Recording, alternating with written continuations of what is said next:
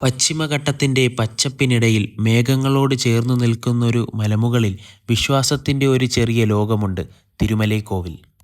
തമിഴ്നാട്ടിലെ തെങ്കാശിക്ക് സമീപം പൊൻപൊഴിയിൽ മലമുകളിൽ കുടികൊള്ളുന്ന തിരുമലൈ കുമാരസ്വാമി മുരുകൻ. ഈ ക്ഷേത്രത്തിന് പറയാനുള്ളത് ഭക്തിയുടെ മാത്രം കഥയല്ല, നൂറ്റാണ്ടുകൾ പഴക്കമുള്ള ഒരു ഐതിഹ്യത്തിൻ്റെ കഥ കൂടിയുണ്ട്. പണ്ടൊരിക്കൽ തിരുമലൈ കാളിയമ്മൻ ക്ഷേത്രത്തിലെ പൂവൻ പട്ടർ എന്ന പൂജാരിയുടെ സ്വപ്നത്തിൽ മുരുകൻ പ്രത്യക്ഷപ്പെട്ടു എന്നാണ് വിശ്വാസം. അദ്ദേഹത്തിനോട് മുളങ്കാടിനുള്ളിൽ മറഞ്ഞുകിടക്കുന്ന തൻ്റെ വിഗ്രഹം കണ്ടെത്തണമെന്നും അതിനുള്ള വഴി ഉറുമ്പുകൾ കാണിച്ചു തരുമെന്നും മുരുകൻ സ്വപ്നത്തിൽ അരുൾ ചെയ്തു അത്രേ. വിവരമറിഞ്ഞ പന്തളം രാജാവും പൂജാരിയും ആ സ്ഥലം തേടിപ്പോയി. ഐതിഹ്യം പറഞ്ഞതുപോലെ തന്നെ ഉറുമ്പുകൾ കാണിച്ച വഴിയിലൂടെ അവർ മുരുക വിഗ്രഹം കണ്ടെത്തി. ആ വിഗ്രഹമാണ് പിന്നീട് ഈ മലമുകളിൽ പ്രതിഷ്ഠിച്ചതെന്നാണ് വിശ്വാസം. കാലം കടന്നുപോയി, തലമുറകൾ മാറി, പക്ഷേ മലമുകളിൽ മുരുകൻ ഇന്നും കാത്തിരിക്കുന്നു. മുകളിലേക്കുള്ള ഓരോ ചുവടിലും കാറ്റിനു പോലും മറ്റൊരു തണുപ്പാണ്.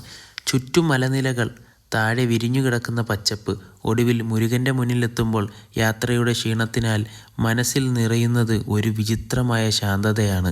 ക്ഷീണത്താൽ 625 പടവുകളേറി മുകളിലെത്തുമ്പോൾ നമുക്കായി കാത്തിരിക്കുന്ന ആ ഒരു കാറ്റ്, അതൊരു വല്ലാത്ത അനുഭവം തന്നെയാണ്. തിരുമലൈക്കോവിൽ മലമുകളിൽ ഒരു ക്ഷേത്രം മാത്രമല്ല, പ്രകൃതിയും വിശ്വാസവും ഒന്നിക്കുന്ന ഒരു അനുഭവം തന്നെയാണ്.